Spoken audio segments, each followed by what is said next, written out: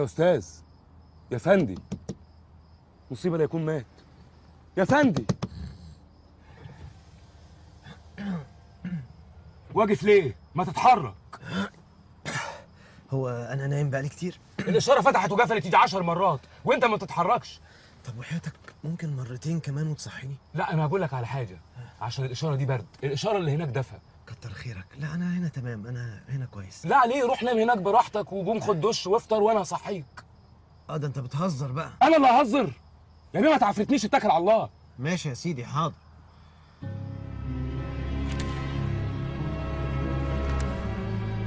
انت خدت النمره؟ النمره راكبه، ما خدتش حاجه. لا لا، اقصد خدتني مخالفه؟ لا احلف. والله العظيم. لا قولها كلها على بعض. والله العظيم ما خدتك مخالفه، لانك ممكن تكون بتقول والله العظيم وفي سرك تقول صح. انا عارف حركاتكوا دي. يا سلام. ايوه. والله العظيم ما خدتك مخالفه. ولا هاخدك مخالفه بعد ما امشي. والله العظيم لو ما اتحركت دلوقتي لاخدك مخالفه. طب يا عم. ايه اللي اتكلم في سر جوه بوجي دي؟ انت شايفني ماسك بالونه وحاطط مصاصه في بوجي وبلعب مع حضرتك ترنجيله؟ ترنجيله؟ انا ما ارضاش العب معاك ترنجيله دي. حاضر. مش لابس الحزام ليه؟ يا سيدي ما انا كنت نايم، يعني اتقلب ازاي وانا لابس حزام؟ طب اتفضل يا بيه اتحرك. طيب حاضر. نايم في الاشاره؟ لا يا راجل، امال انت كنت بتعمل ايه؟ ما انت كنت نايم انت كمان. ايوه دي الاشاره بتاعتي انام فيها عادي. الاشاره بتاعتك؟ ماشي يا سيدي، هبقى اجيب انا اشاره عندي في اوضه النوم وانام فيها براحتي. ما ينفعش تنام انت سايق. اتفضل يا بيه. حاضر. تتفرج عليا ليه كده؟ تتحرك. ما تخرج دماغك بره عشان اتحرك. دماغ مين؟ دماغك انت. اتفضل يا بيه اتحرك يلا.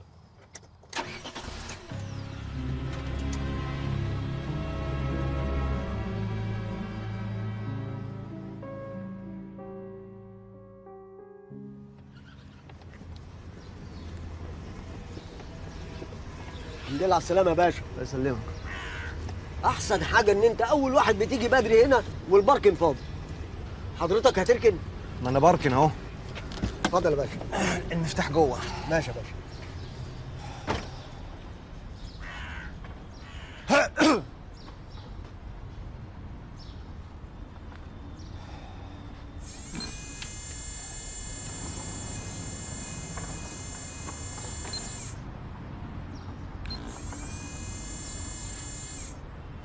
صباح الخير. صباح غلطان، انا صبحت عليك يعني؟ مش هصب عليك تاني. الله.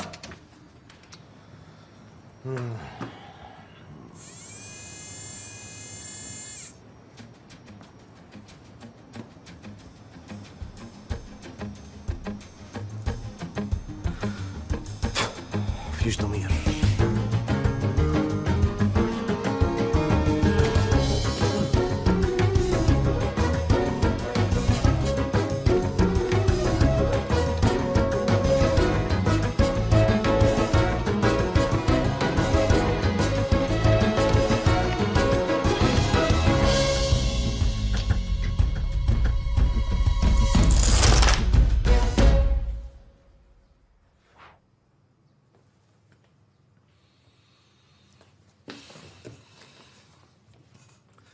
صباح الخير.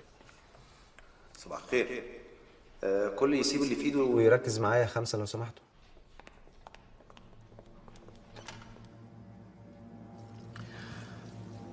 كل سنة وانتم طيبين يا موظفيني واخواتي يا أهل المعرض. قد أهديتموني حبكم وأحببت فيكم العمل، الإخلاص، الحب، الضمير، الإنجاز.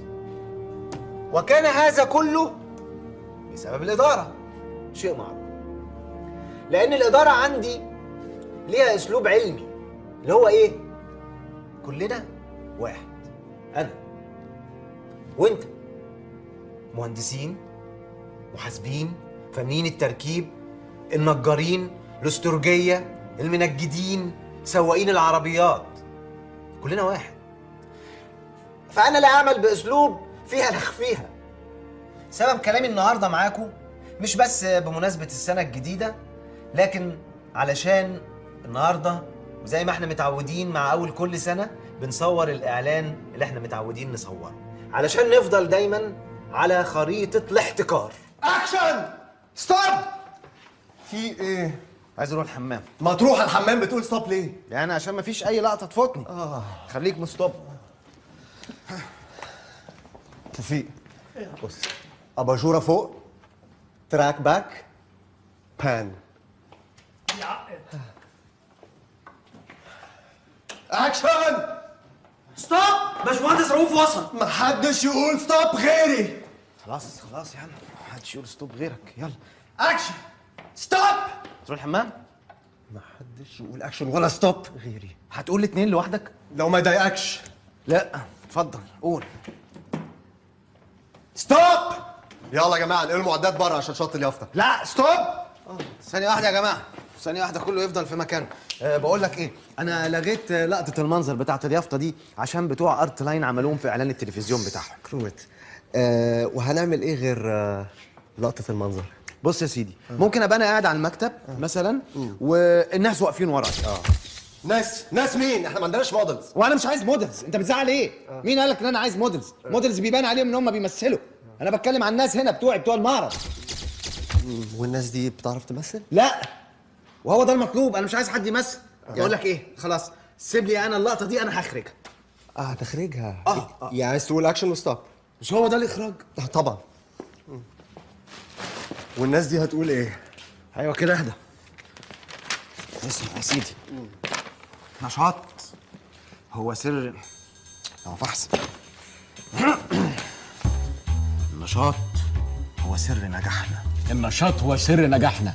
النشاط هو سر نجاحنا. نشتغل 365 يوم في السنة. احنا بنشتغل 365 يوم في السنة، واصعب يوم في السنة عندنا هو يوم الاجازة. وكمان عايز مروحة، في مروحة هنا عشان شعرهم يطير وهم بيقولوا. حمام. التفاني في العمل هو سر تقدمنا. التفاني في العمل هو سر تقدمنا. شغلي في المعرض هو الفرصة اللي كنت بحلم بيها طول حياتي، والفرصة اللي بيحلم بيها أي شاب في سني. كل واحد هنا شغال في مكانه، عشان كده بنقدر نطلع أحسن ما عندنا ونعيد اكتشاف نفسنا. عشان انتوا تناموا. يا رؤوف، إيه يا حبيبي أنت لحقت تنام؟ أنت نمت فين؟ نمت لي ساعتين كده في الإشارة. رحتي البنك؟ أيوه طبعا رحت. انت فين بقى دلوقتي؟ أنا في البيت. مش سامع صوت بيت يعني حواليك. حاضر يا حبيبي، هصور لك نفسي على طول دلوقتي. ماشي يا حبيبتي، مع السلامة. خد يا حسين، ده بتاع ايه 6 أكتوبر، وده بتاع 7 أكتوبر، ده بتاع العاشر، وده بتاع ال11. ماشي؟ في حاجة تانية يا حسين عايز حاجة؟ الموظفين واقفين بره. ايه عايزين ايه؟ أنا داخل آخد دش. عندهم شوية مطالب عاوزين يعرضوها عليك. طب هاتهم لي على الدش، على ما آخد دش، ماشي؟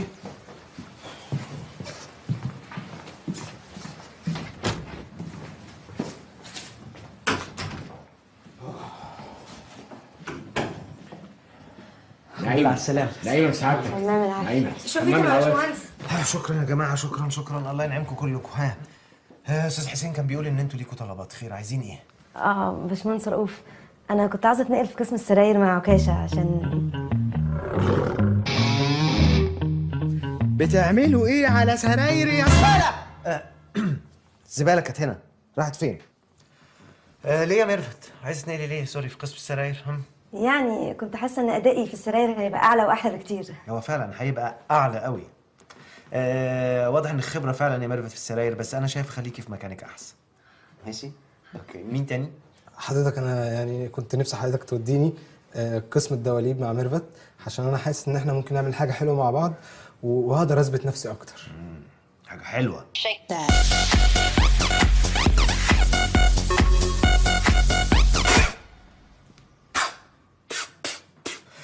آسف، حاجة دخلت في بقي. لا أنا عارف. معلش. ليه عكاش عايز تروح قسم اللي اسمه حضرتك يمكن ما فهمتنيش، انا عايز اروح قسم الدواليب والسراير الاثنين مع بعض، يعني عشان انا حضرتك بحب الشغل قوي. عايز تعمل شغل في الاثنين يعني، على السراير وجوه الدواليب عندي. اساس ان انا ايه. لا خليك مكانك. ولادي يا باشمهندس، يعني انا عندي مشكله معاهم، انا ما بعرفش اوديهم فين يوم الجمعه ويوم السبت، فكنت بستاذن حضرتك لو ينفع يعني اجيبهم معايا المعرض جمعه وسبت ولا ايه؟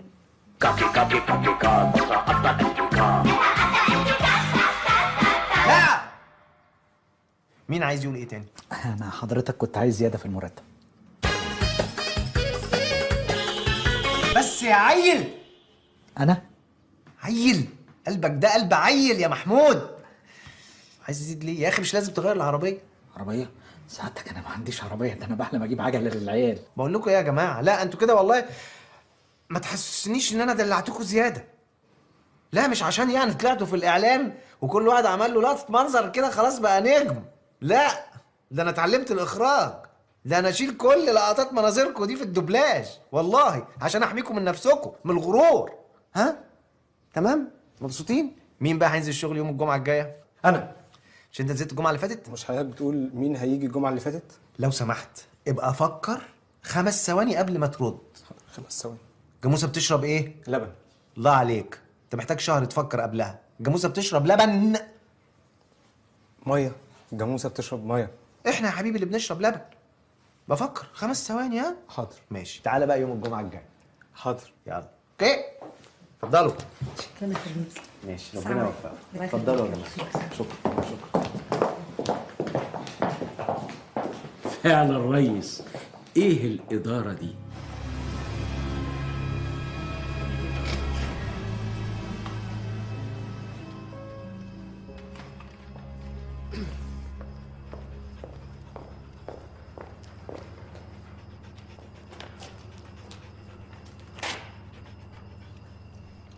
كم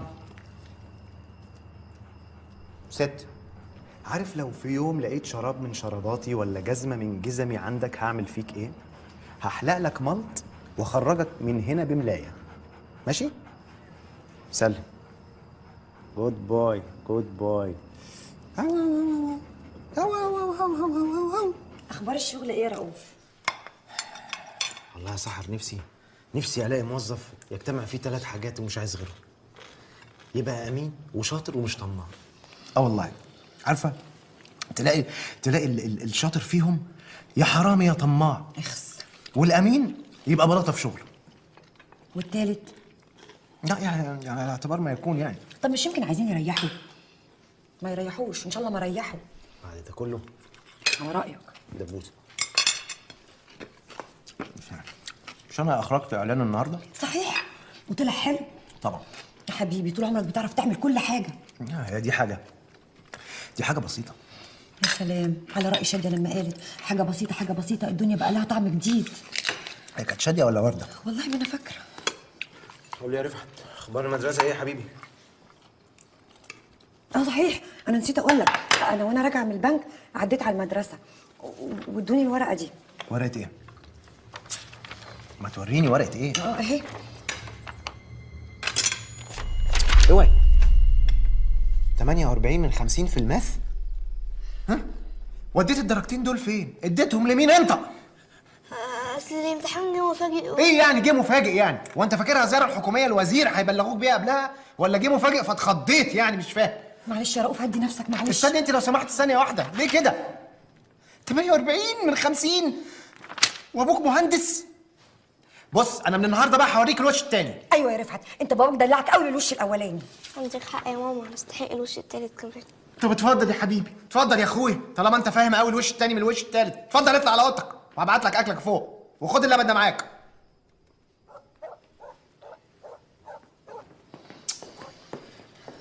والله يا رؤوف طول عمري وانا نفسي اعمل زيك.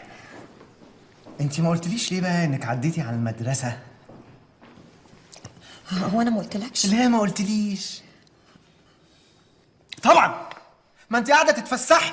انا يا رؤوف هو انا لما اروح مدرسه ابنك ابقى بتفسح؟ طالما ما رحتيش يبقى بتتفسحي. قلتيلي ولا ما قلتليش؟ باذني ولا مش باذني؟ وطبعا تلاقيكي قاعده تلعبي في الحوش شويه.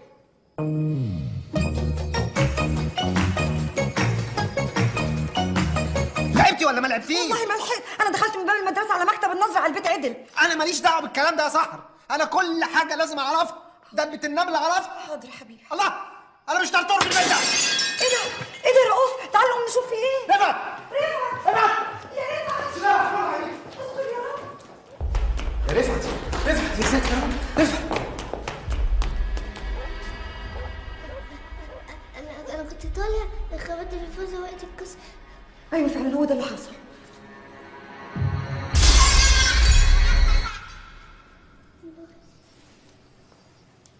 هي دي ميرسي؟ هي دي ثانكس اللي انت بتقولها لي؟ بتكسر بيت بابا يا رفعت؟ كل ده عشان زعقت لك؟ انا فعلا هوري لك الوش التالت. ايوه يا رؤوف لازم توريهوله. اتفضل قدامي على اوضتك. اتفضل.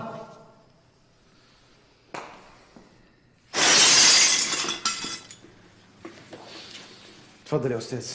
الفازه دي ترجع زي ما كانت بالظبط، تلزقها لي وترجعها لي زي ما كانت. ازاي؟ معرفش، بتفافه ببيبي، المهم انها ترجع زي ما كانت. لا مش زي ما كانت، انا عايزها اكبر. طب يا رؤوف دي فازه. دي فازه؟ لا معرفش هي ايه دي. ما اقصدش، مش حكايه فازه. هو كويس الحمد لله انه كويس يعني، انا بتكلم على انه اللي غلط يصلح غلطته. ايوه صح. وبعدين انت فاهم بتعملي ايه؟ اتفضلي اسبقيني على الاوضه. انت دورك جاي. وعشان تبقى عارف الوش التالت بقى، من النهارده مفيش شطرنج، ماشي؟ القنوات الثقافيه والتعليميه مش هتتفرج عليها، مفيش ندوات، مفيش امسيات شعريه، واللابتوب اللي انت قاعد ترسم عليه ليل ونهار ده هاخده يبقى ارسم بقى على الحيطه زي بقيه الشعب، ماشي؟ ومش احنا كنا رايحين الاوبرا نتفرج على كسرة البندق؟ مفيش، اتفرج بقى على كسرة الفازه. اوكي؟ وهات كتاب البحتري ده. هات كتاب البحتري. طب سيب لي كتاب البحتري اكمل قرايتي. تكمل قرايته؟ كنت قريته، ما قريتش منه الا 200 صفحه، ومعاك ده بقاله يومين ولا مش معاك بقاله يومين؟ طب ثانية. نعم. انا كنت مخبي منك كتاب ابن خلدون. اتفضل يا بابي. اتفضل يا ايه؟ يا بابي. يا بابي؟ اسمها يا بابا، كبرت انت على بابي دي.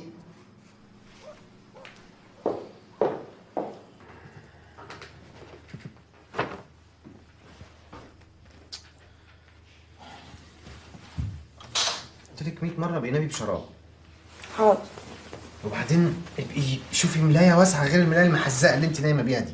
ما انا جايب لك ملايتين واسعين. بيتغسلوا. ماليش دعوه.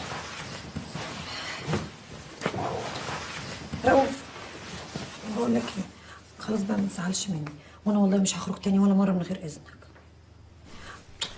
خلاص بقى، على راي ناديه مصطفى لما قالت الصلح خير ومن الصالح وصالح مراتك. طب فاكر لطيفه لما قالت اديني فرصه تانية اثبت لك بيها حبي علشان تعرف مشاعري وقيمتك جوه قلبي. انت يعني جبتي لي اسمين انت عارفه كويس قوي ان انا ما بقدرش اتكلم وبضعف قدامهم، ناديه ولطيفه. انا عارفه عشان كده. ماشي صح، خلاص مفيش حاجه. اتفضلي. حبيبي يا رؤوف، البلوزه اللي بحبها لونها تحفه. وبقبلتات. تموت انت في القبلتات. بتعرضك. اللي كان عليا اركبهم لك زي الجنوط. ايوه يبقوا حلوين عليا قوي. حبيبي تعيش وتجيب لي. بس ايه ده؟ انت مش لابسه قبلتات؟ يوه نسيتهم. طب خلاص مش كده عشان تعرفي تنامي. ماشي. تصبح على خير بقى. طب بقول لك ايه؟ ايه؟ كنت عايزه اوريك حاجه. حاجه ايه؟ بص بقى. ايه ده؟ ده ديزاين يعني انا كنت عاملاه قسم جديد للاطفال، سراير ومكاتب واوض وكده، وقلت نعمل يعني قسم كده بلاي جراوند ونعمله في المعرض عندك وانا اللي امسكه.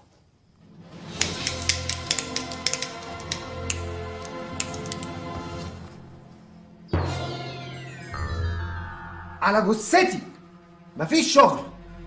ليه يا رؤوف؟ ليه كده؟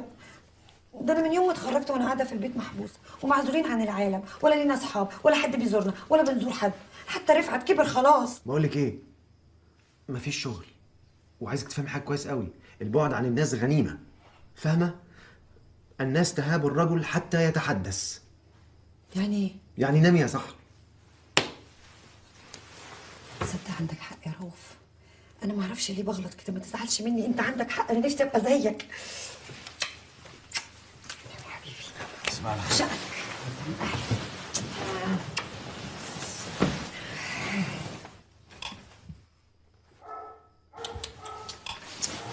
ايه ده؟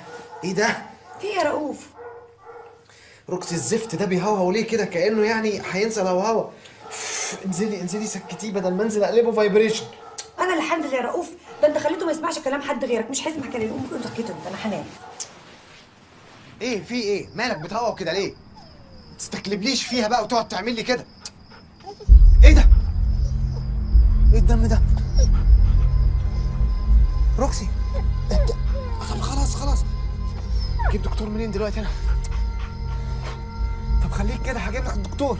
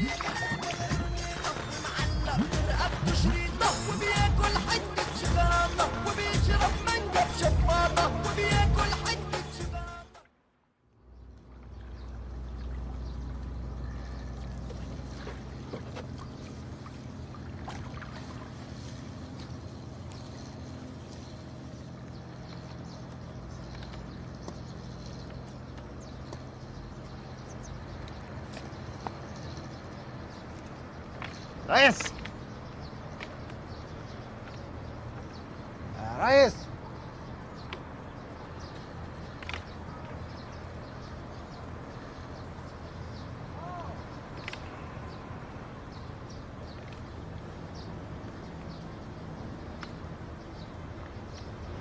ده مين؟ ده ايه اللي جابني هنا؟ أنا مين؟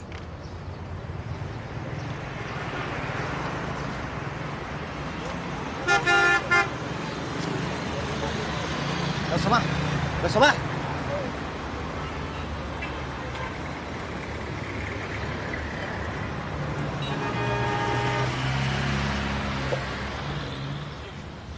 يا أستاذ، يا أستاذ، أنت يا أستاذ. طب انت يا استاذ التانية اللي هناك، يا استاذ.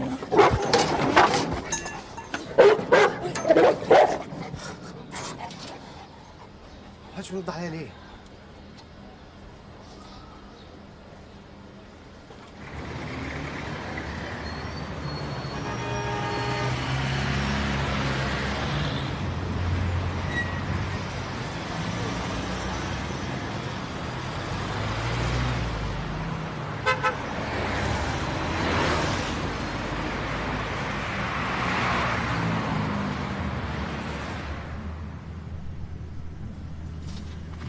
لو سمحت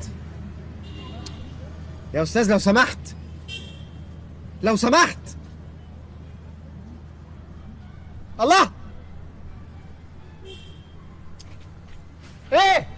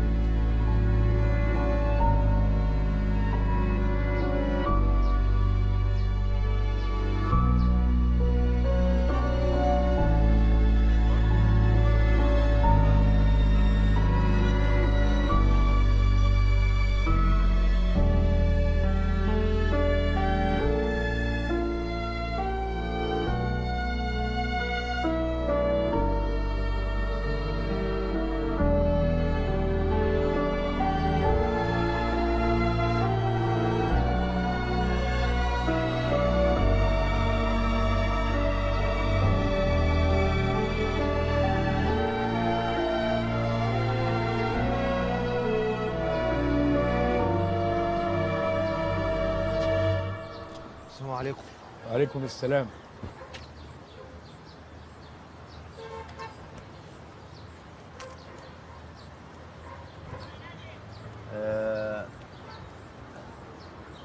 السلام عليكم. عليكم السلام. انت سامعني؟ انت سامعني؟ انت شايفني؟ انت اللي شايفني. ايوه يا سيدي، امال انا بكلم نفسي. بجد بجد سامعني وشايفني؟ ايوه اخلص، شايفك وسامعك. يا ايه انا كنت خلاص فقدت الامل اللي قبل اي انسان اتكلم معاه. ليه هو انت ما حدش شايفك وسامعك زيي؟ ايوه، من ساعه ما فرقت الحياه وانا كده. يعني ايه فرقت الحياه؟ مش فاهم، يعني ايه قفشت ومشيت ولا ايه؟ لا، فرقت الحياه. انت ميت؟ ايوه، واكيد انت كمان ميت، مش كده؟ لا انا مش ميت، انا عايش. ولما انت عايش محدش شايفك وسامعك ليه؟ ما انت اهو انت مش سامعني وشايفني، انت لسه قايل كده دلوقتي. ايوه، عشان انا وانت فرقنا الحياه خلاص. يا سيدي لا، انا عايش. انت فرقت حياه ماشي، انا ما فرقتش حاجه. لا فرقت الحياه. اهلا بيك يا فارق. الله يا ميت. اوعى ايدك دي، انت اكيد بتخرف. طب بس من غير عصبيه، تعالى معايا وانا اثبت لك انك ميت وفرقت الحياه. تعالى معايا يا حبيبي. اوعى كده يا حبيبي، ده انا مصدقك. تعالى معايا، تعالى. طب اوعى ايدك. طب تعالى معايا، تعالى وانا هسيبك.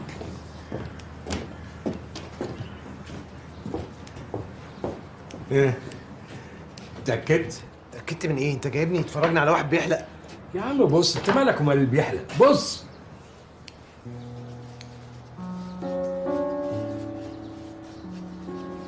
ايه ده؟ ايه؟ انا مش موجود. انا مش في المرايه، انا مش طالع في المرايه. ايوه. وانت مش باين برضو. ايوه.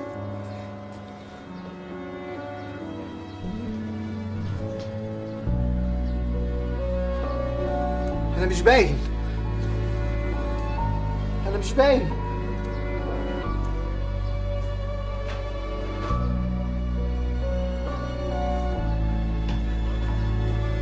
انا مش باين في المرايات. مش باين. يعني ايه الكلام ده؟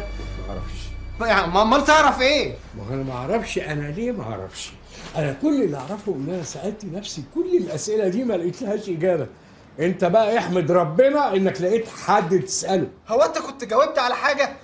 يا فينك يا راجل من زمان؟ فينك ايه يا راجل انت؟ هو انا كنت بديك ميعاد وجيت لك متاخر؟ ايه اللي فينك ايه؟ انا مش موجود اصلا يا حبيبي. حبيبك ايه؟ اوعى انت الاخر. حبيبك ايه؟ حبيبي. الله صحيح، انت اسمك ايه يا ابني؟ هو انا عيل تايه بتقول لي اسمك ايه؟ ما قلت لك مش فاكر حاجه خالص. طب ايه ده؟ على فكره انا كنت زيك كده في الاول، ولما هديت عرفت. انا اسمي نوح. معاك المستشار نوح نصر الدين جد الله محمد عبد العزيز مصطفى شوكة القللي. انت يعني بتعايرني عشان مش فاكر اسمي؟ ما تقول نوح وخلاص. طيب بس بقول لك ايه ده؟ انا بقول لك على اليافطه اللي كانت محطوطه على باب شقتي. يافطه؟ ايوه. ده انت رايق قوي قوي. وانا بقى لما انادي لك اقول لك يا نوح ولا اقول لك يا يافطه؟ لا، قول لي يا يافطه، هات اليافطه معاك. يا اخي اضحك بقى اهدى يا ساتر. طب وبعدين احنا هنفضل يعني مقضيينها ماشي كده؟ انا من ساعه ما قابلتك وانت ممشيني. احنا مش مفروض طب نطير نخش في حيطان نعمل زي ما بيعملوا؟ هي لا الكلام ده في القصص والحواديت والاساطير وبس. يعني كمان ما بنطرش؟ انت هتزعق وتفرج الناس وتلمهم علينا. يلا يا سيدي، كل واحد يروح عليك واحد. هو في حد ممكن يشوفنا؟ مفهوم بقى. الله، هو صحيح احنا ما بنطرش، بس ممكن نعمل حاجات تانية كتير. حاجات ايه؟ احنا نقدر نعمل حاجه؟ وساكت من الصبح. حاجه ايه اللي نقدر نعملها؟ حاجه مهمه قوي. ايه هي؟ تعالى معايا ولا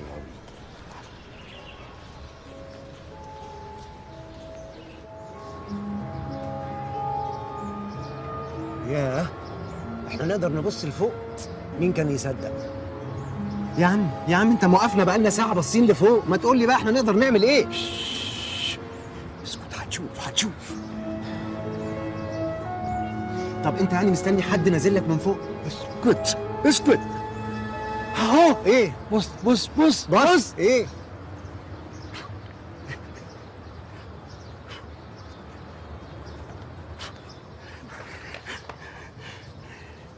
ننفخ؟ ايوه. يعني انت موقفنا كده بقالك ساعه علشان في الاخر تفرجني وانت بتنفخ البتاعه دي؟ ايوه. طب بذمتك ده مش نفخ؟ نفخ.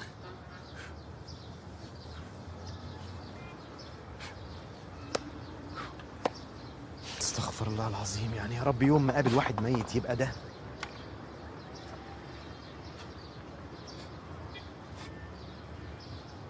لا ده دراسة. ان شاء الله بينا عشان نلحق المترو.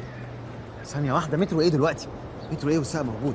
وبعدين انا اصلي عايز اتاكد من حاجة كده شاغلة مصر كلها. ايه هي؟ عايز اتاكد اذا كان احمد السقا بينط بنفسه ولا في حد هو اللي بينط له. بص يا معلم، السقا هينط من هنا، هينزل على المترو، يدخل على طول في عربيه السيدات، يلحق الواد الصغير قبل ما يشرب من صدر امه اللبن المسموم. تمام يا عموره؟ الحق بقى. يلا يا بطل، وريني نطتك. يبقى مش هو اللي هينط يا سيدي. قوم يا حبوب. ايه؟ مش هو اللي هينط؟ ما هو يعني ايه الكلام ده؟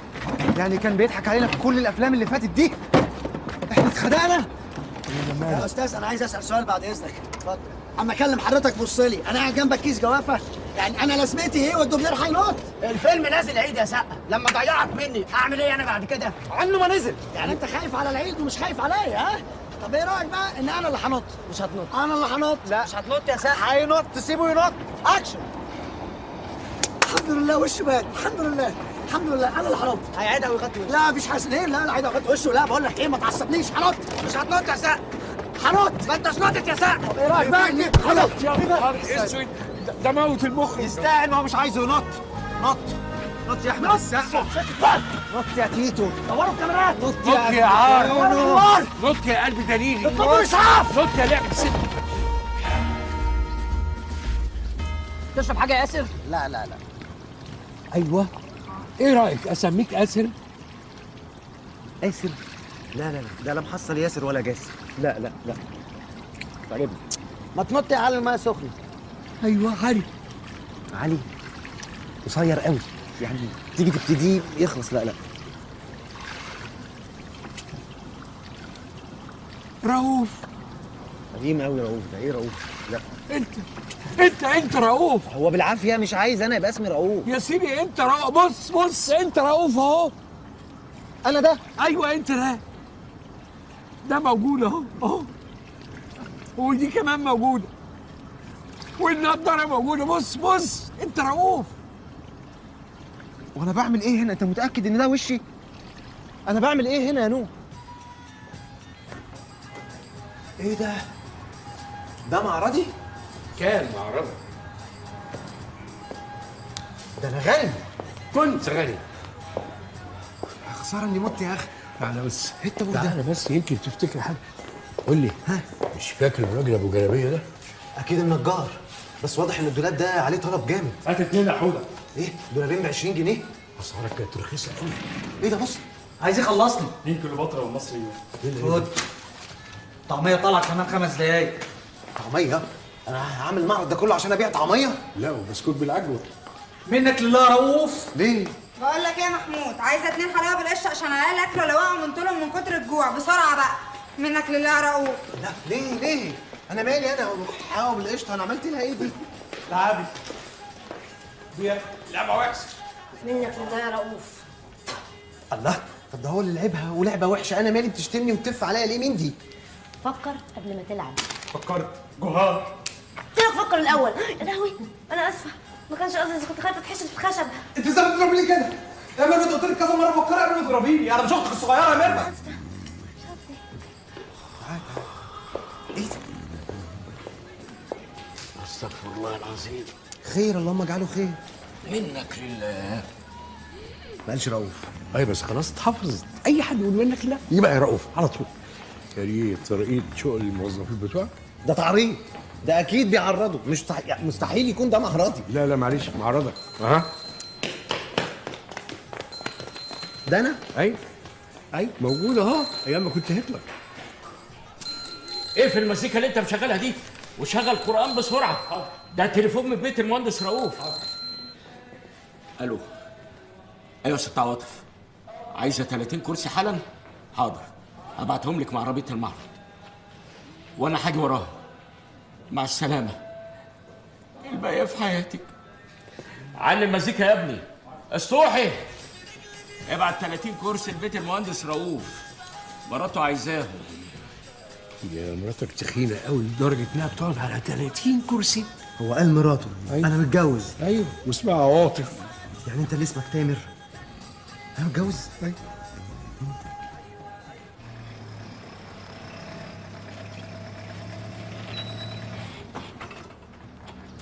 شكلنا كده وصلنا.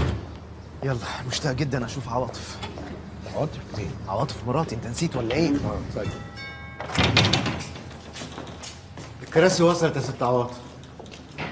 وصلت؟ فين؟ نحطهم فين؟ نحطهم فين؟ نحطهم فين؟ نحطهم فين يا عواطف؟ عواطف وانا اللي زعلان ان انا مت؟ دي مراتي؟ ده انت اللي مراتها، ده ارجل مني انا. اقول لك حطهم في الجنينه يا استاذ فتحي. حاضر يا عواطف. هو السواق ليه بيقول لمراتي يا عواطف حاف كده؟ اكيد الحكايه فيها عواطف. يا ريت. ايه؟ يا ريت، انا ما عنديش مانع. ياخدها. تعال تعال.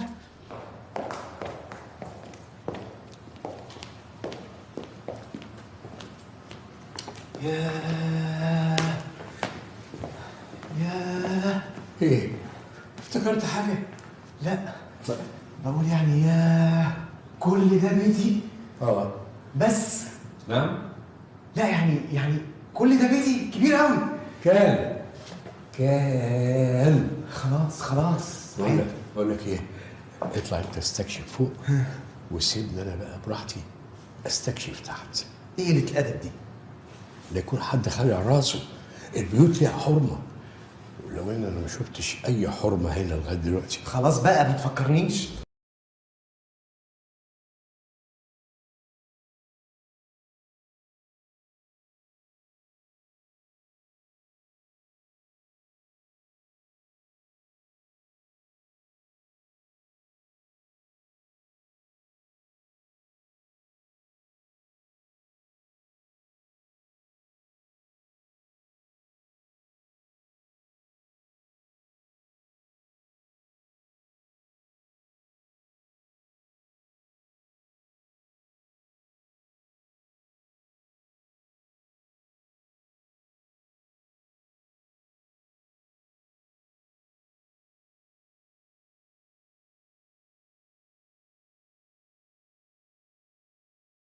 مين دي؟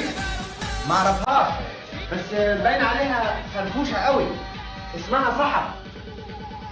وعرفت منين؟ عواطف مراتي جت من شويه وقالت لها يا صحة. ارقص لو تحب. يا صحة شوف. صحة ايوه يا دادا. شوف يا دادا. ايه استاذ حسين؟ مش بقى اعملوا حاجه يشربها. اجري وعليه شاي بقى. ايه المجنونه دي؟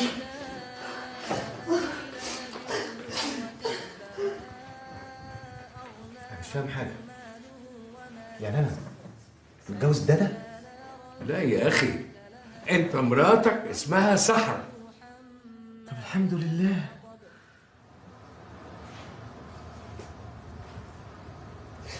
رؤوف، انت متجوز بقالك قد ايه؟ مش فاكر ومش عايز افتكر. طيب ما تزعلش نفسك، في ايه؟ بس الراجل ده كويس، هو الوحيد اللي ما قالش عليك كلمه وحشه. تفتكر؟ طبعا. والله باين عليه فعلا كده يا نوح. انا ظلمت باين، ما بعد الظن اسم. تفو محوشها لك في بق من 10 سنين. روح إلهك حمك دنيا وآخرة بعيد.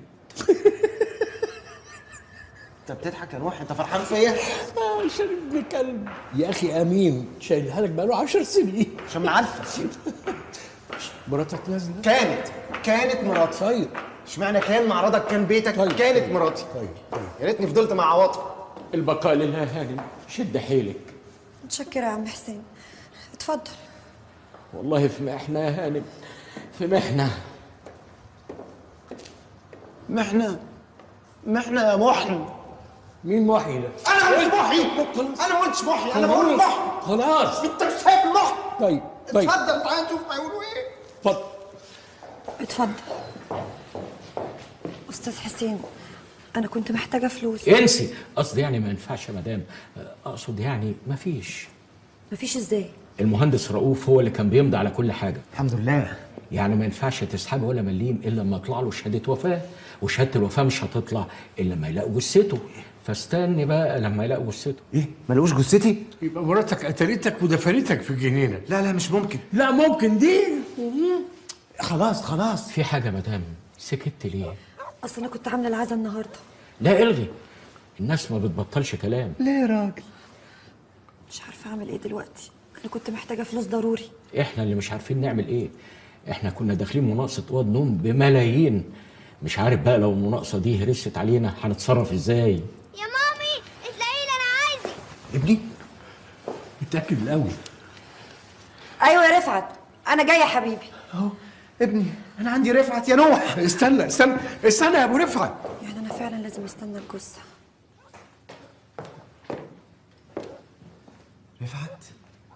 رفعت ابني يا حبيبي، يا ابني للدرجه دي بتحب ابوك ومش قادر تنساه؟ معلق صورتي على سريرك فوق دماغك، فوق صورة أينشتاين. بتحبني أكتر من أينشتاين يا حبيبي يا ابني. اتأكدت يا راجل؟ يا نوح، يا نوح اتأكدت. ابني أهو، بص معلق صورتي إزاي. بص، طفل جواه جواه زبالة. بس لا، ده جواه زبالة ده. خلاص وما ترباش. ما كان متربي من شويه وجواه هطلع لك كل اللي جواه. خد دي في عينك.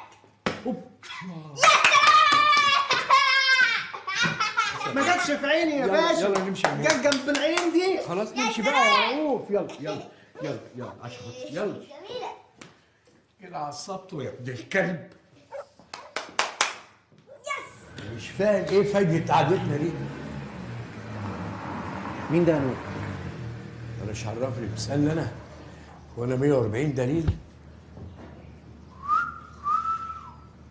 ده واد زي القمر جاي بيتك اللي ما فيهوش الا مراتك القرمره اللي زي القمر. خلاص يا عم، خلاص. انت شايفه داخل بنص كباب وازازتين بيره؟ ما جايز اخوها. استنى بلاش. اوعى ايدك.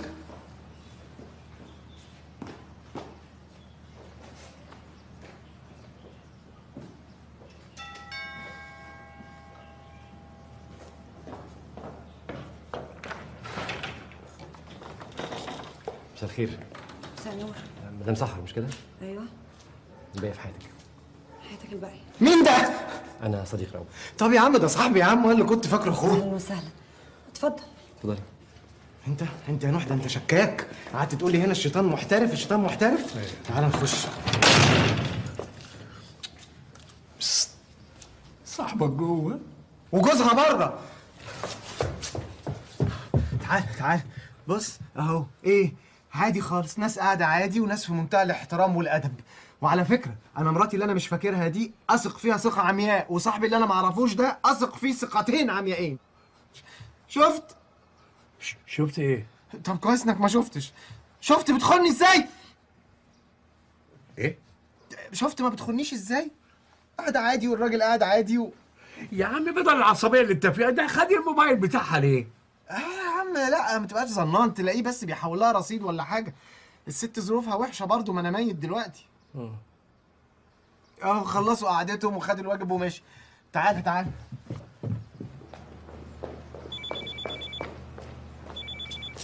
الو؟ سحر. سحر ايه في مليون سحر في البلد يعني. هسيبها. هتسيب نمره اخوها.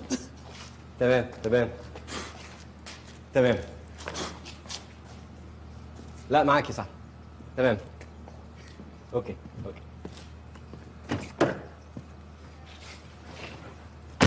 تعريض في المعرض وتعريض في البيت. مراتي معرضه وابني معرض. انا خايف لاكون انا كمان كنت معرض. ده انتوا كده عيلة المعرضين كلكم.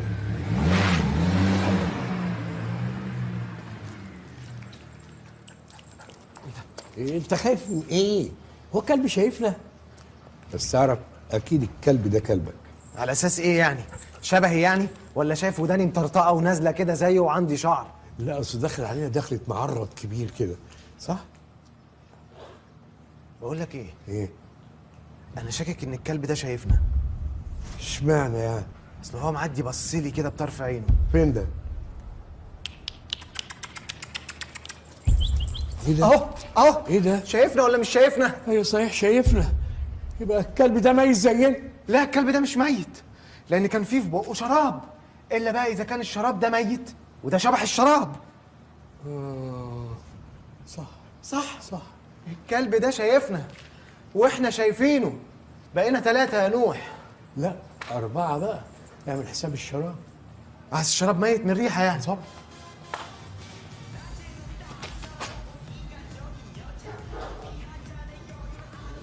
انا عايز امشي من هنا. عارف انا لما فرقت الحياه اول حاجه عملتها ايه؟ بعدت عن اي حاجه لها علاقه بحياتي. اكيد عشان ما تشوفش اللي انا شفته. انا ما كانش عندي حاجه اشوفها بعد ما مت. مت؟ وانت مت ما فرقتش الحياه؟ رؤوف انا عاوزك تنسى اي حاجه وحشه شفتها. صح، معاك حق. المفروض بقى التفت لمستقبلي كشبح. يا نوح انا ناسي اصلا كل حاجه واي حاجه. انا مش فاكر اذا كنت بحب مراتي ولا ما بحبهاش. كويس انك مش فاكر لانك كنت هتتضايق اكتر. كويس انك ميت. سلام سلام، شوف الكلام درر. كلامك كله تفاؤل. حد يقول لحد كده كويس انك ميت يا اخي. انا بس كان نفسي اعرف هما بيكرهوني كده ليه؟ انا عملت لهم ايه؟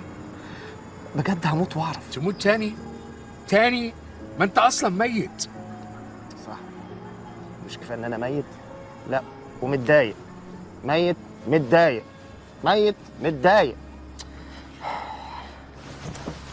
وعلى ايه؟ يعني انا ابقى ميت ومتضايق وهم عايشين ومبسوطين؟ طب وانا مضايق نفسي ليه؟ ليه مضايق نفسي؟ ما يولعوا بجاز. بقول لك يا نوح، انا من النهارده عايز اتبسط، انا عايز اتبسط، يلا نتبسط يا نوح. اخيرا نطقتها. تعالى لي بقى، انا هوريك اللي عمرك ما شفته. بذمتك ودينك؟ ايوه. طب يلا نتبسط. يلا نبسط. سيداتي وسادتي السلام عليكم ورحمة الله وبركاته. تحية لكم وهذه هي نشرة الأخبار. نبدأها بالعناوين. هو ده اللي انا عمري ما شفته. ايه رايك تطلع في التلفزيون في اي وقت؟ ويوم ما تطلع في النشره. طب اطلع مع منى الشاذلي حتى. ده انت واد نمس. انا خلاص فهمتك. الموضوع مش موضوع قطر ولا اتوبيس يا ريس، المساله مساله نظام. موجود يا ريس. شكرا. انت كده فهمتني؟ وانت مش مبسوط ولا ايه؟ ازاي؟ لا ازاي؟ الطلعه الجايه بقى هتودينا فين؟ وزاره التخطيط؟ بقول لك عايز اتبسط، تجيبني مجلس الشعب. هو ده قمه المرح بالنسبه لك؟ هو انت كنت تقدر تخش وانت عايش؟ ومين قال لك ان انا عايز اخشه حتى وانا ميت؟ هو المجلس هيبقى مكتوب علينا دنيا واخره؟ عمرك توقعت انك تتفرج على الماتش من هنا؟ هو في حد اصلا يعرف يوصل لهنا؟ ده العادي، اي حد يقدر ينزل هنا. لا لا لا لا، ده الشعب كله نزل الملعب. ما تخافش، ما تخافش. يلا نمشي من هنا. ما تخافش. تعالى ما تخافش. تعالى. انا مش فاهم انت جايبني هنا ليه؟ انت عمرك كنت تحلم ان انت تخش مكتب رئيس الجمهوريه؟ بصراحه لا. طب خلاص، شفت بقى انا بجيبك فين؟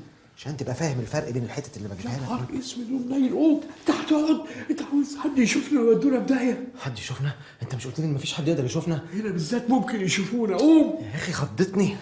بس روح. ايه؟ امشي اقف هناك. امشي. صحيح الكرسي بيغير. طبعا بيغير. انت شايف انا اتغيرت ازاي؟ كل التغيير ده. طب بقول لك ايه؟ نعم. قعدنا انا شويه. مش خاطري. عايز تتغير؟ طب تعال بس اتغير على طول بسرعه، عشان انا عايز اتغير اكتر، عشان انا حاسس ان انا ما اتغيرتش قوي يعني. اتغيرت؟ بتغير اهو. بتغير. امشي من هنا. شوف تمام، اتغيرت بسرعه. يلا قوم بقى. قوم ليه؟ سيد رئيس الجمهورية. اجري يا نوح، اجري يا نوح.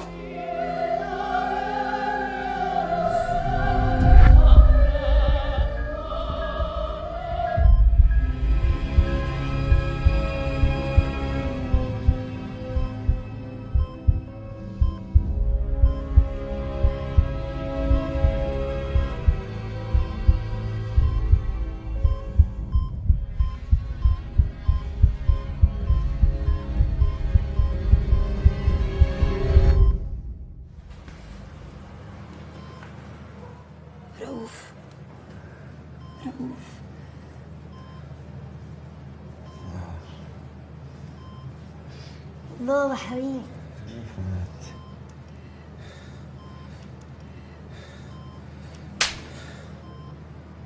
نشن عليا يا ابن الكلب. ليه كده يا حبيبي؟ حبيبك وانت دايرة على حل شعرك. امال انا هو في ايه؟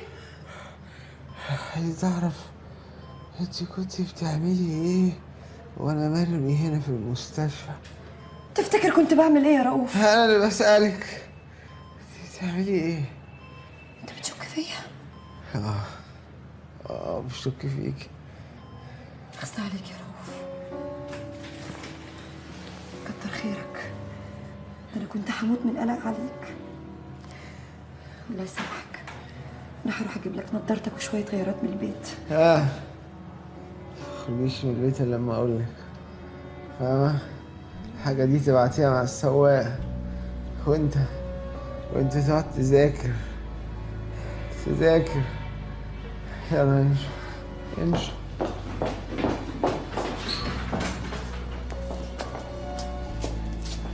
الحمد لله على سلامتك يا باشمهندس مدام. الله يسلمك. دكتور من فضلك، كنت عايزه اطمن على رؤوف، هو حالته عامله ايه دلوقتي؟ هو ما فيش اي حاجه، هو بس عشان قعد تحت الميه فتره طويله مخه ما كانش بيوصل له الاكسجين، فممكن يكون حصل له شويه ضرر، هيظهر له مع مرور الوقت. احنا في الفتره دي هنحطه تحت ملاحظه لغايه لما نتاكد ان مفيش اي مضاعفات حصلت له، ويا ريت يرتاح، يبعد عن الانفعال، عن التوتر، عن اي حاجه تضايقه، اوكي؟ ويا ريت لو حد يبقى يعدي على الحسابات. انا شفتكم كلكم على حقيقتكم. ايوه، انتوا الاتنين، وانت حتى انت يا حسين برضو شفتك على حقيقتك. حقيقة ايه بس يا باشمهندس؟ اهدى شوية. المعرض، انتوا خربتوا المعرض وانا مش موجود. صح، المعرض موجود وزي الفل وكل حاجه ماشيه كويس جدا، المهم دلوقتي صحتك. صحتي؟ خايفين قوي على صحتي؟ وحضرتك عندك شك في كده؟ ايه ده بس يا باشمهندس، بلاش الانفعال ده احنا مصدقنا ان احنا اطمنا عليك، ده احنا والله افتكرناك ان انت مت يعني. يا مدام بنت، في حد يقول كده؟ كلنا كنا بندعي لك يا باشمهندس وربنا استجاب. يعني الشغل ماشي كويس. انا ما كنتش عايز اتكلم في الموضوع ده، بس المناقصة رست علينا، بس كل حاجة واقفة، لأن سعادتك اللي بتمضي على كل حاجة وتقول أو لأ. يا باشمهندس رؤوف، ربنا خلق لنا عينين في وشنا عشان نلاقي حد في ظهرنا ويأمننا. ماشي يا حسين، ماشي، خدوا بالكم من الشغل، كأني موجود. طبعا ما تقلقش، كأني موجود. طبعا خد انت بالك من صحتك. هو خلاص ماشي، امشوا بقى، امشوا. بقعد معاك. شكرا. شهادة مننا بالسلامة يا باشمهندس. شكرا. لا اله الا الله، السلام عليكم. ألف سلام عليك، ألف سلام عليك. شكرا. ربنا يخفف عليك ليلتك. شكرا يا حسين. موبايلك. ايوه. لا يعني موبايلك يبقى خليه جنبك، ما تقفلوش. حاضر. لو عوزت حاجة اكلمك. حاضر.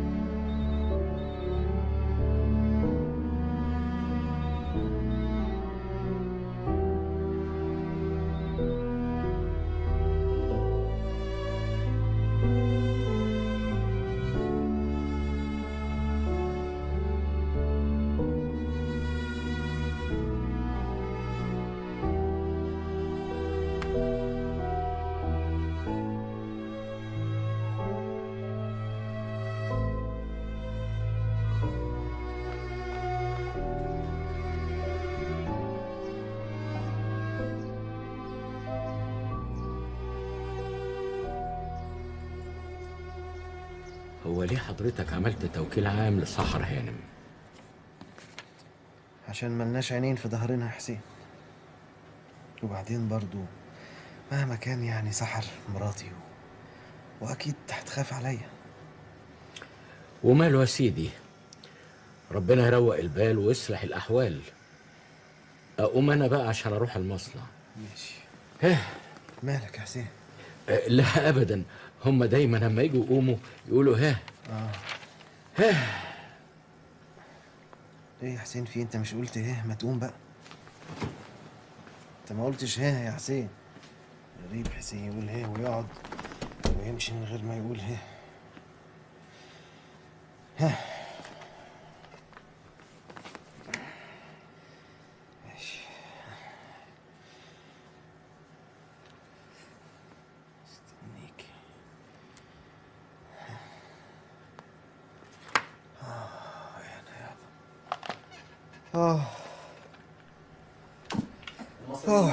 بيتميزوا عن دول كتير حوالينا، احنا اللي بنصلي الجمعه من غير.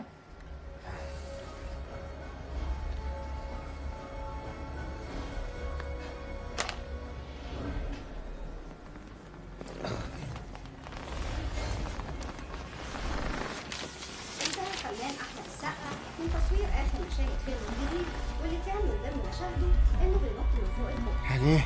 والفيلم ده من اخراج ونصر الشاب من 8 فيلمون. وده كان اول تعامل بيني وبين السقا. واللي عجبني من السقا انه حصل تاريخ بيني وبين المخرج بسبب اصدار السقا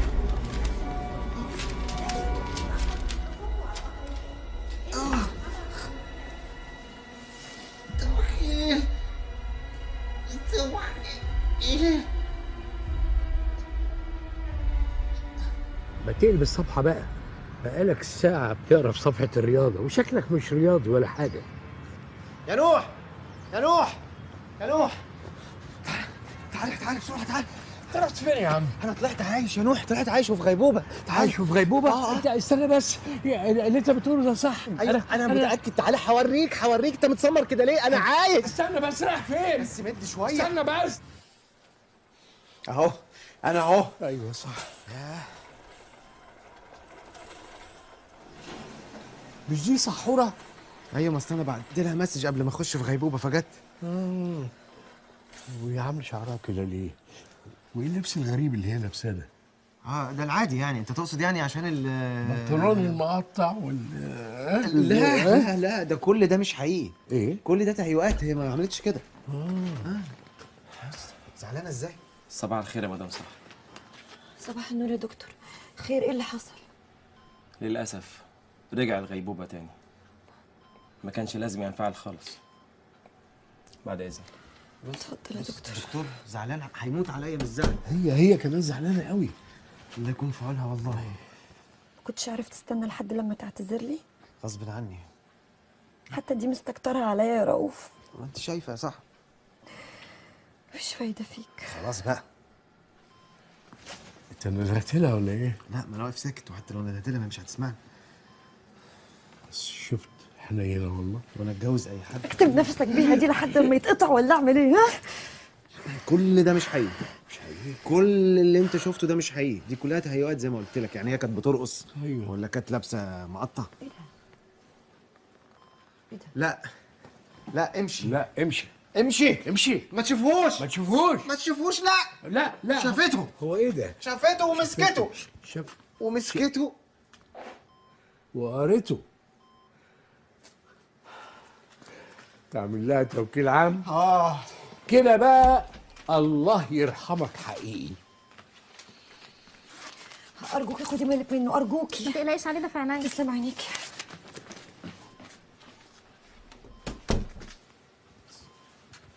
بص الممرضه قلقانه عليا ازاي؟ حزينه روح. الو. يا حبيبتي. ايوه يا استاذ عكاشه. بقول لك ايه، الباشمهندس رؤوف رجعت له الغيبوبه تاني. ما تنساش حلاوتي بقى. حلاوتها؟ هي الناس دي فرحانه ان انا رجعت الغيبوبه تاني دي كاني راجع من الحجاز.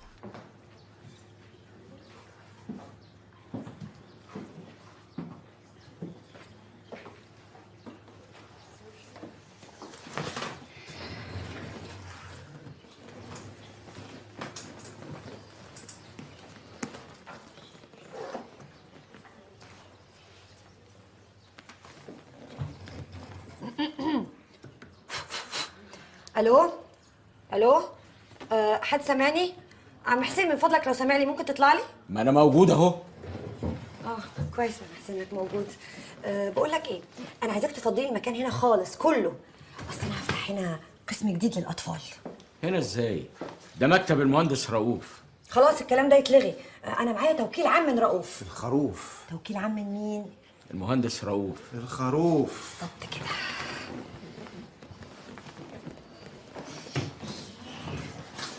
يا حبيبي يا رؤوف. ابتديتيها بدري قوي صح؟ اخيرا اخيرا يا سحر حققتي حلمك. وكمان هبله. هطلقها. ايوه، انا عامل لها التوكيل بصفتها الزوجه، فلما اطلقها يبقى التوكيل باطل. ما هو جهل امثالك بالقانون هو اللي مودي البلد دي في داهيه. انا؟ طبعا انت. لا، هي رايحه في داهيه من قبلي. اسمع المستشار هيقول لك ايه. اوكي. رايح فين انت؟ ايه؟ طب خلاص تعال تعال. أول حاجة تعملها تبعت لها إنذار على قد محضر بإيقاف التعامل على التوكيل رقم 1-38408.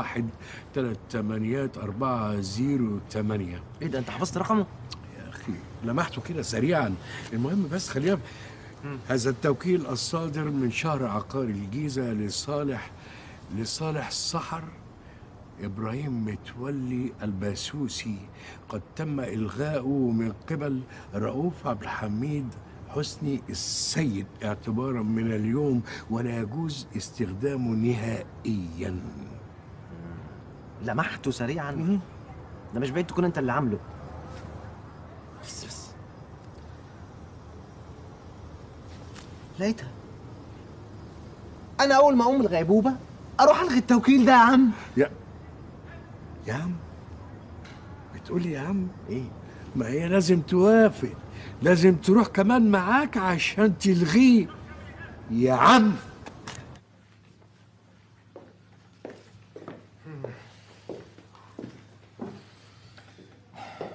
ربنا يحميك يا ابني، انت اللي فاضل لي.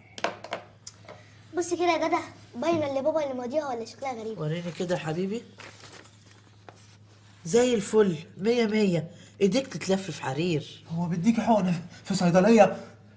انا كده بقى خلصت كل التزوير اللي ورايا، ابدا بقى العب لي شويه قبل ما بابا يفوق. لا يا رفعت يا حبيبي ما تقولش كده. اصيله. ان شاء الله مش هيفوق، مش هيفوق. انت حاطط ميكي في البحتري؟ ده انا هبحتر كرامتك بس لما افوق. ايوه صح. بصي في صورتي كويس وحسي بالذنب. افتكري الايام اللي كانت بينا يا سحر. لازم اصبر الشهر الابيض ده. بصي كويس وفوقي يا فوقي. انت كل ده بتبصي في المرايه مش بصي على صورتي؟ وكل اللي انت عاملاه ده مش مضايقك؟ والشعرايه البيضه دي هي اللي منكده عليك عيشتك؟ ايه؟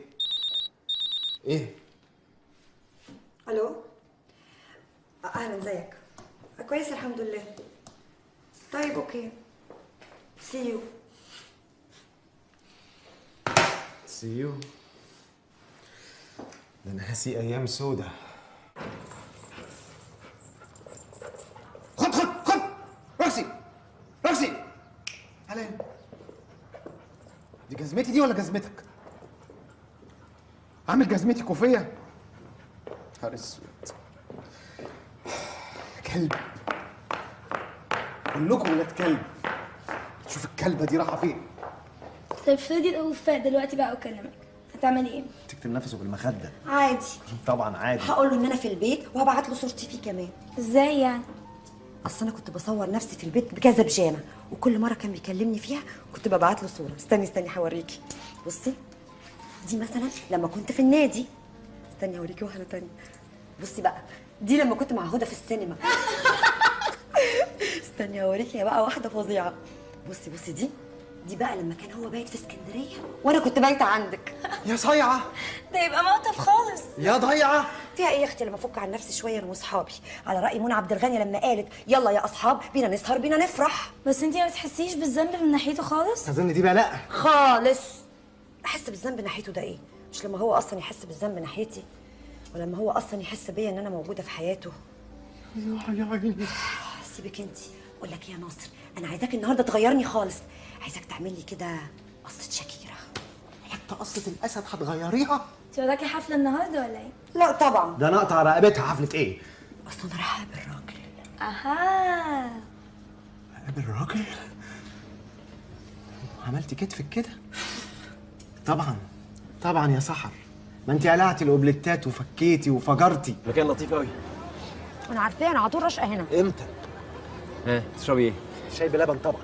بيره. بلبن؟ ايه بيره؟ يبقى بيره الهانم، وهات لي انا عصير برتقال.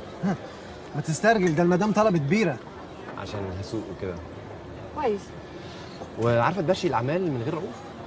مش عارفه خالص، رؤوف كان بيعمل كل حاجه بنفسه، مفيش قرش بيدخل ولا بيخرج الا بامضته، وعندنا تسليم شغل كبير قوي. خلي بالك لازم تسلمي في الميعاد، لان في شغلتنا دي اهم حاجه هي السمعه. سمعه ايه بقى والمدام طلبت بيره؟ على العموم انا عايزك تعتبريني زي رؤوف بالظبط. لا طبعا. طبعا. طبعا.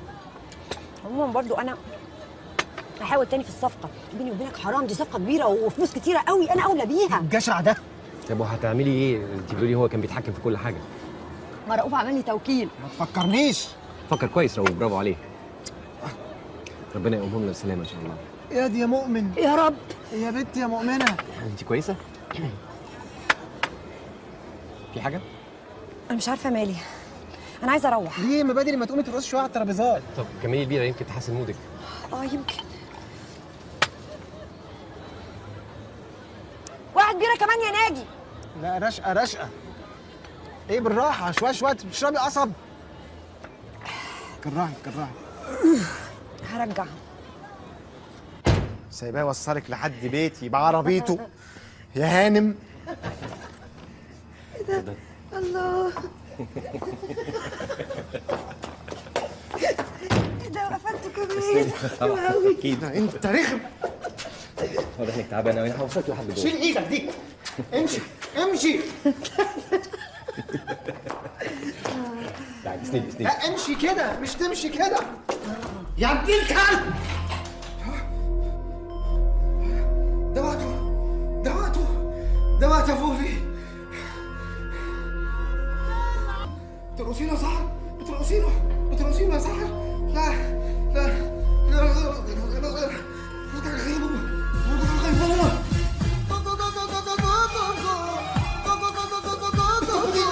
طبلينه يا سحر، طبلينه طبلينه.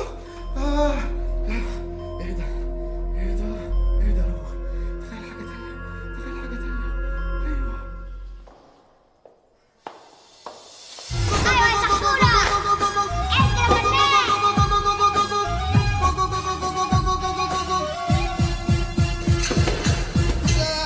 لا ما بدهاش ما بدهاش. بابا حبيبي. ليه كده يا رؤوف؟ ايه اللي انت عملته ده؟ هو انا لسه عملت حاجه؟ انا لسه هعمل. تعالي افرجك على حاجه هتعجبك قوي يا مدام سحر. ها؟ في اتفرجي يا ست هانم. تقدري تقولي لي ايه ده؟ ها؟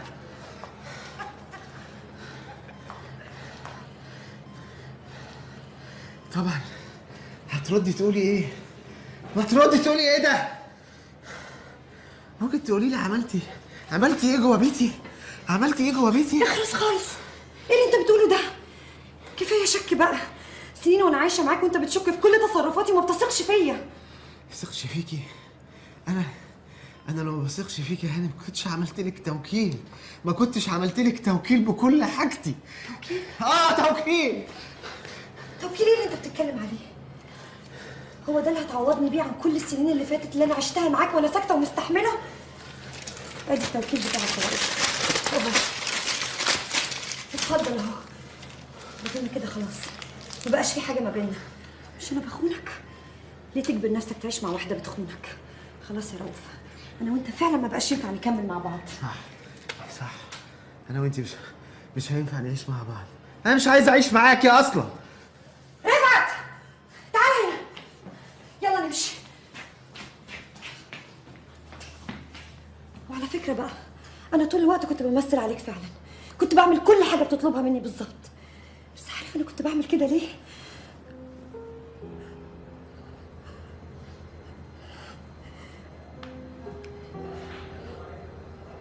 انا عمري ما خنتك يا رؤوف، مش خوفي منك هو اللي منعني، لا انا عمري ما خنتك لان انا ست محترمه.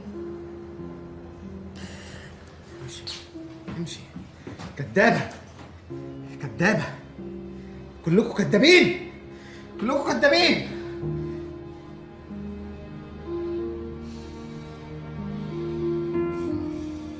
كلكم كدابين كدابين.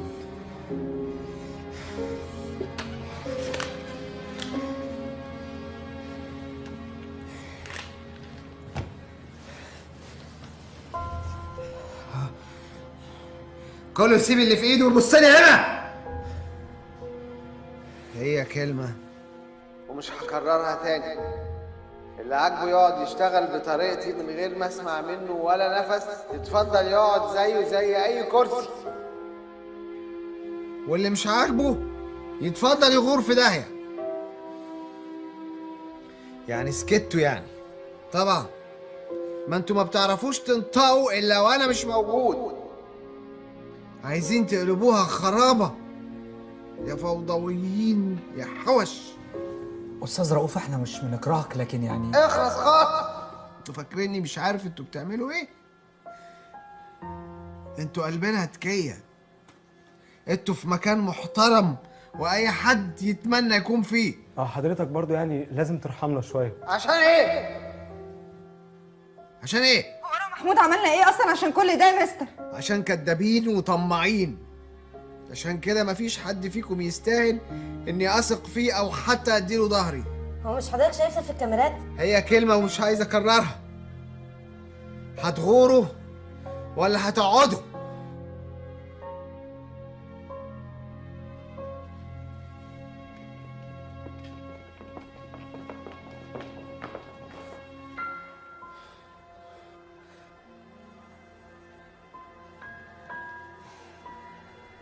هنا من بدري؟ لسه بتنكر وتكابر ان كل ده مش حقيقي يا رؤوف؟ انا مش عارف هما ليه بيعملوا كده. جايز من الخوف. خوف؟ خوف من ايه؟ مني انا يعني؟ وبعدين الخوف ده اصلا يخلي البني ادم ما يغلطش، يخاف يغلط مش يقوم يغلط اكتر. لا طبعا. انا هقول لك تعلمهم الادب ازاي. دلوقتي كل اللي حواليك طلعوا بيكذبوا عليك، صح؟ صح. ولما واجهتهم انكروا، صح؟ صح. وانت مش عارف تثبت عليهم حاجه، صح؟ صح. ومش هتعرف تثبت حاجه. مش فاهم يعني انت بتحفظني كلمة صح ولا ايه؟ اسمع يا ابني، انت جربت القوة والحزم معاهم، كانت النتيجة انهم بينوا لك اللي انت حابب تشوفه، فافتكرتهم بيحبوك. جرب انك تثق وتدي فرصة وتسامح. هيفتكروني ضعيف. وبعدين يا نوح انا مش عايز حد يحبني، انا عايزهم يشوفوا شغلهم بضمير بس. بسيطة. وليه ما يعملوش الاتنين؟ الاتنين؟ يعملوا الاتنين مع بعض. انت مش من هنا ولا ايه؟ اسمع يا رؤوف، استنى ما اطلع لك بقى. ده يزفها. بالرغم من كل القوانين الجامدة اللي احنا اتعلمناها وطبقناها هنا في المحاكم، إلا إن دايما وسطها حاجة اسمها روح القانون. لو أنت حكمت بالروح دي بس فممكن ما يبقاش حكمك للقانون عادل. ولو انت حكمت بالقانون بس برضه ممكن ما يبقاش حكمك لروح القانون عادل. لازم تحكم بالاتنين، القانون وروحه، عشان احنا بشر ويحكمنا قانون. لا يا سيادة المستشار، جايز لو انت كنت قلت لي الكلام ده قبل اللي انا شفته واللي انت كمان شفته جايز يكون غيرت رأيي، انما دلوقتي انا شفت ضمير الناس. مهما كنت شفت عمرك ما هتعرف تشوف جوه الناس.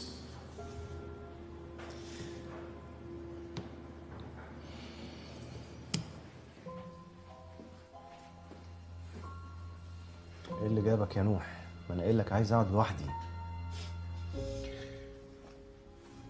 انا عارف الصنف اللي زيك لما يزنق يخلع على طول.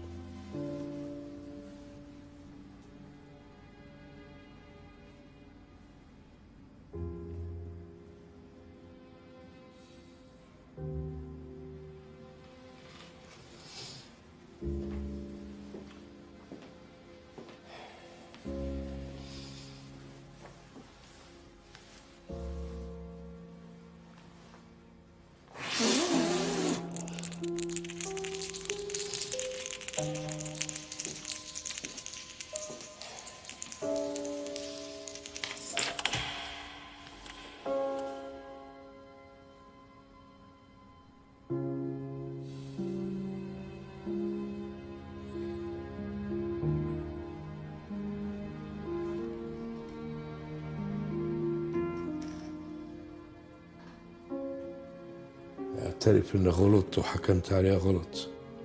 كان لازم تشوف الصورة كاملة عشان تحكم عليها حكم صح.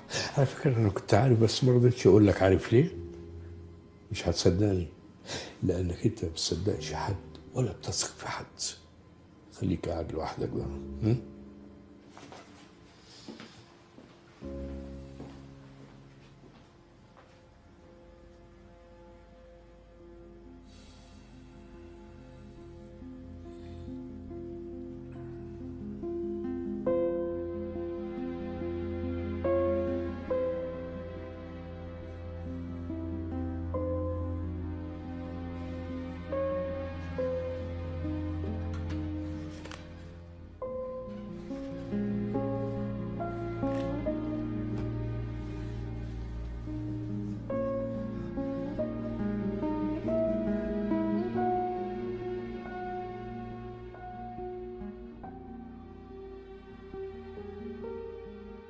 رفعت انا جبت لك هديه. عجبتك؟ عجبتني. امال ليه يا حبيبي مش باين عليك انها عجبتك؟ اصل خايف اكون بتمتحني وافرح تضربني. لا يا حبيبي انا مش هضربك تاني ابدا. الا اذا غلطت يعني. لا مش هضربك تاني بجد. رفعت انا كنت صحيح عمال اقول لك انا عايزك تبقى راجل، عايزك تبقى راجل. بصراحه انا كنت غلطان. انت مش راجل يا رفعت. الله يسامحك. لا يا حبيبي مش قصدي. قصدي يعني ان انت لسه صغير، لسه عايز تلعب وعايز تجري مع اصحابك وعايز تتبسط، صح؟ عشان كده بقى انا من النهارده مش عايزين نبقى عاملين زي ابن وابوه، عايزين نبقى عاملين زي ابن وواحد صاحبه. يعني عايزين نبقى اصحاب انا وانت. ينفع نبقى اصحاب؟ افكر يا ولد. ماما زعلانه مني يا حبيبي، زعلانه مني وانا عايز اصالحها. بقول لك ايه، ينفع تساعدني عشان نصالحها؟ وراك راجل. راجل؟ ازعل. طب بص، انا هقولك على سر محدش يعرفه غيرك انت والكلب. ماشي؟ انا عايز اقول لكم حاجه، انتوا كلكم تستاهلوا الشنق وانا اولكم، عشان انا ما طردتكوش من الاول خالص. بس انا قررت اديكوا فرصه تانية، جايز تتغيروا. عشان كده انا قررت شويه قرارات هقول لكم عليها. النهارده هيكون عندنا قسم للاطفال، هتمسكوا المهندسه سحر المدام، وانت يا نهير ممكن تبقي تجيبي ولادك يعني في قسم الاطفال ده يلعبوا فيه. ويا ريت يا نهير ما تسيبيش الشغل، مش عشان انا محتاجك هنا في المعرض، انا اجيب 100 زيك، بس عشان ما تتحوليش لكومودينو او كرسي في البيت. اما انت بقى يا استاذ محمود، فالحقيقه انت ما شاء الله تستاهل الحرق، بس انا مش هحرقك. انا للاسف هعلي مرتبك. شفت؟ مش عشان خاطرك، عشان خاطر ولادك. بس يا رب يطمر. وانت عم حسين خلاص كفايه نوم بقى، بتهيألي في المعرض، وروح نام في بيتكم وارتاح، ومعاشك محفوظ زي ما هو طبعا. وانت يا ميرفت خلاص من النهارده مفيش قسم سراير تاني، انا هنقلك قسم الدواليب، بس قسم الدواليب اللي في معرض القطامية لحد ما تتجوزي انت وعكاشة. وللأسف الشديد عكاشة هيبقى مدير المعرض، بس عارف قسما عظما لو ما فكرت قبل ما تطلع أي قرار أو تقول أي كلام لكون معلقك من رجليك. تهيألي كده أنا بقى عملت اللي عليا. ها؟ الدور عليكم إن انتوا تعملوا اللي عليكم بقى.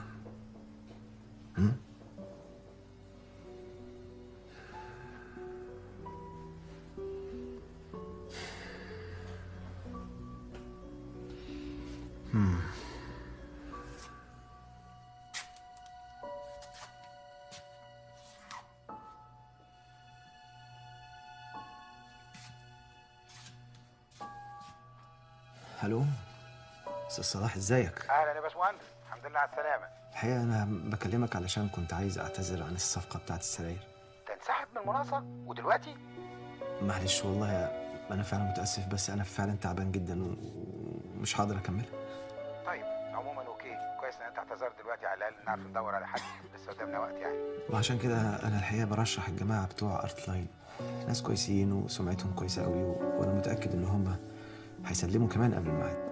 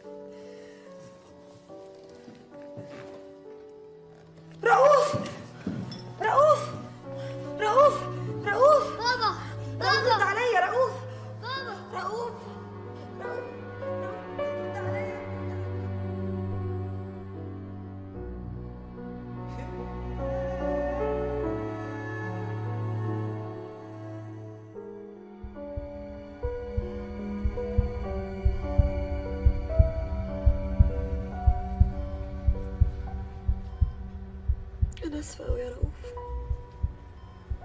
بجد انا اسفه. واللي اعمل ايه عشان اخليك ترجع تاني وانا اعمله؟ لو عايزني اسمع كلامك طول عمري هسمعه، لو عايزني افضل مستحملك طول العمر هستحمل، بس اصحى يا رؤوف، ما تسيبنيش يا رؤوف، ما تسيبنيش والنبي يا رؤوف، سامحني يا رؤوف، ما تسيبنيش.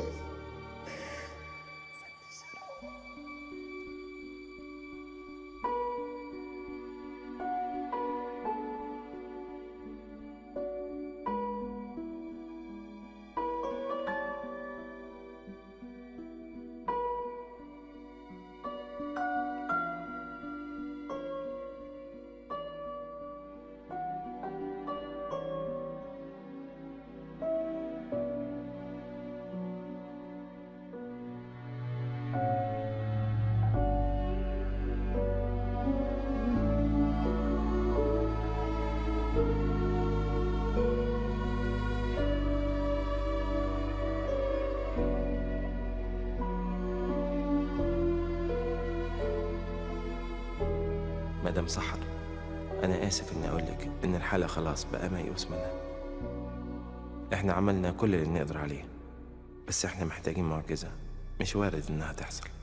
أول ما تيجي الساعة 6 هنفصل عنه الأجهزة، ربنا يتولاه برحمته. أنا شايف إن ده أفضل ليه وأفضل لكم. أنا آسف جدا، بعد إذنك.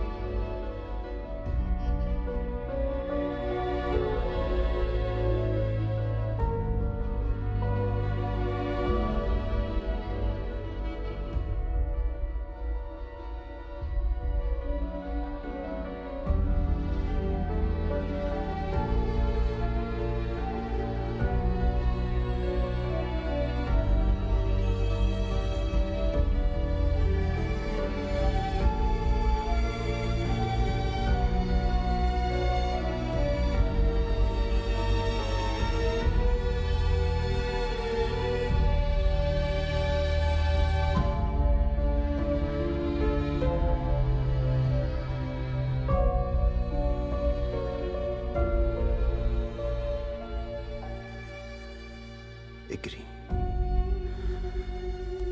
اجري يا ما جريت. خدت ايه؟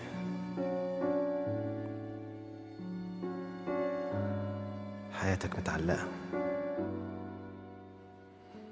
في لحظة ممكن تبدأ وفي لحظة ممكن تنتهي.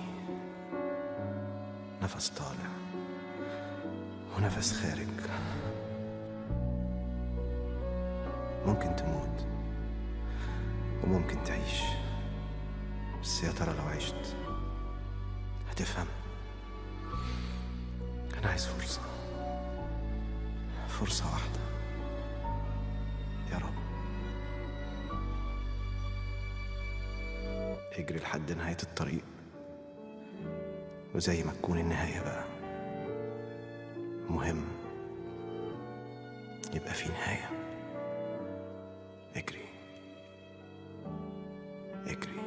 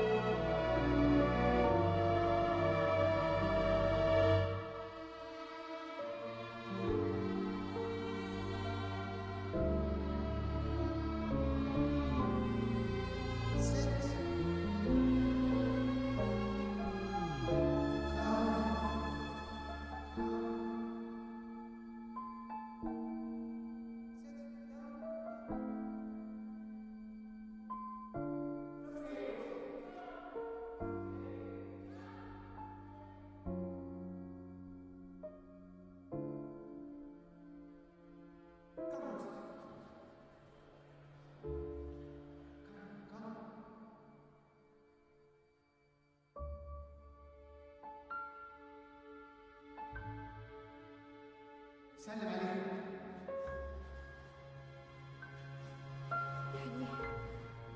يعني بابا عايش لسه عايش. شايفه روكسي ما بيسمعش غير كلام بابا. مين اللي بيكلم روكسي؟ رؤوف. رؤوف. خشي قولي لهم. دكتور ما تفصلوش الاجهزه من فضلك يا دكتور، ما تفصلوش الاجهزه.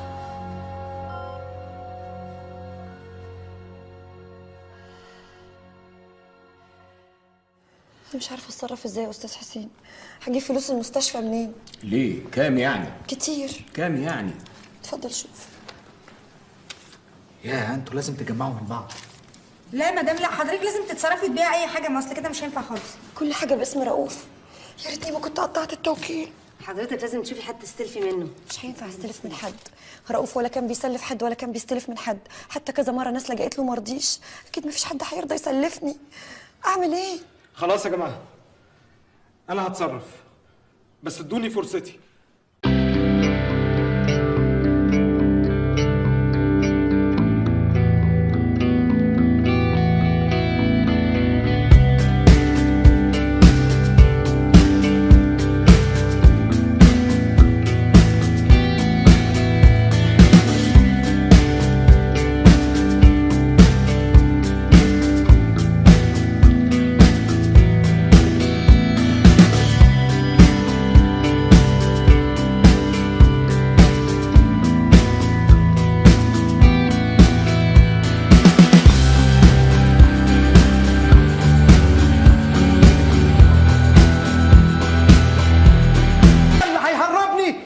اشمعنى يعني؟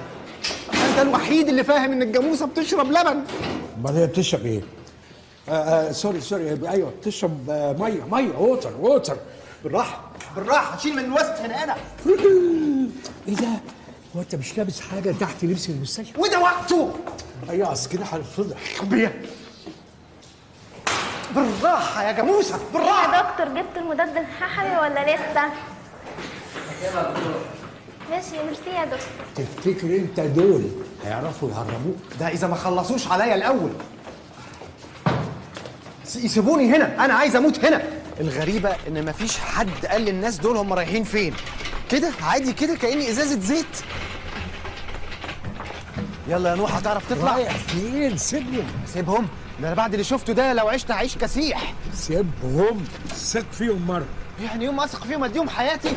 ايوه هيحافظوا عليها لانها بقت غاليه عليهم. اسمع كلامي وسيبهم. اديني سبتهم. على الله يعرفوا يعملوا اللي عليهم بقى. الو. ايوه يا استاذ عكاشه، المستشفى عرفت ان انت سرقت المريض وبلغت البوليس. بقول لك ايه والنبي ما تجيبوش سيرتي، ما تنساش حلالتي بقى. قلقان؟ انا؟ لا خالص خالص. هقلق من ايه يعني؟ انا واثق فيهم جدا. امال مالك؟ قلقان. بقول لك يا نوح، ما تيجي نروح كده نبص عليهم، نطمن عليا كده، نشوف عملوا ايه. على فكره انا عاوز اشكرك على الوقت اللطيف اللي قضيته معاك. على فكره لو مستني نشبك صوابعنا ونبوس بعض يبقى امشي احسن. ما تخلينيش ازقك وانت ما تعرفش تطير. خلاص. كان نفسي في فرصه تانية. وانا كمان. بس انا ما كانش لازم اسمع كلامك واسيبهم. ايوه، مش عشان حاجه، بس عشان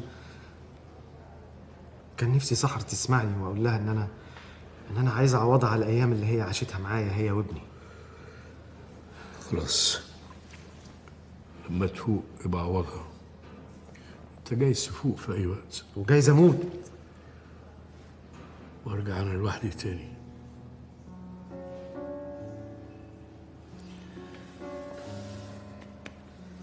احنا مع بعض اهو يا نوح. رؤوف، ممكن اطلب منك طلب؟ ده لو عشت يعني عايزك تبقى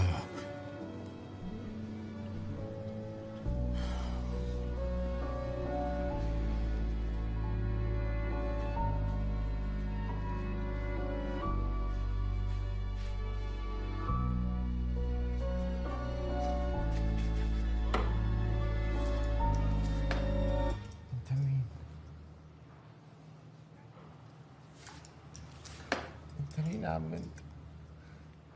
يا سحر. ايوه يا حاتم. يا سحر. في ايه؟ فاق. رؤوف. فاق يا سحر. رؤوف حبيبي. يا رفعت. حبيبي. واو حبيبي. الحمد لله على السلامه يا رؤوف.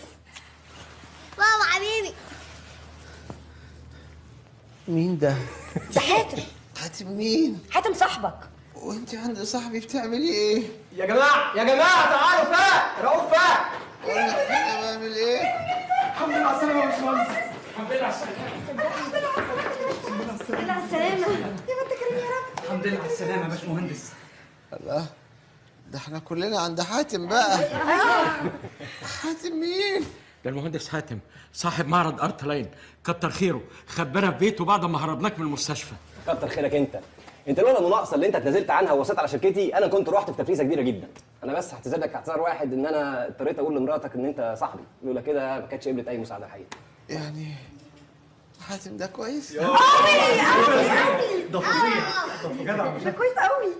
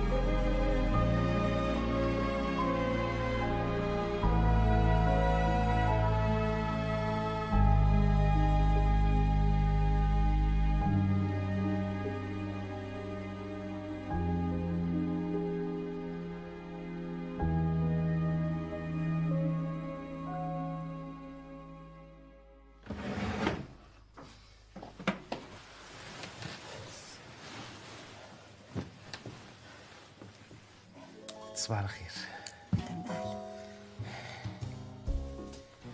طب ثانية واحدة، مش فاكر ان احنا قعدنا في الحتة دي هنا قبل كده؟ لا انا مش فاهم انت عاوز مني ايه يا استاذ رؤوف؟ طيب انت كنت طالب مني طلب، مش فاكر ايه هو الطلب ده؟ انا عمري ما طلبت حاجة من حد يا سيدي. انا مش حد. ان شاء الله تكون الاسبوع بحاله. انت عاوز مني ايه؟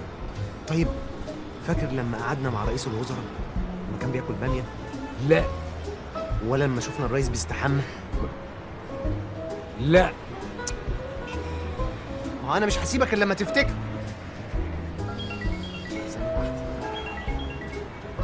الو. ايوه صح. لا انا قاعد مع واحد صاحبي. حاضر هبعت لك صورة. سلام. مش ممكن صورة بس. قرب كده واضحك.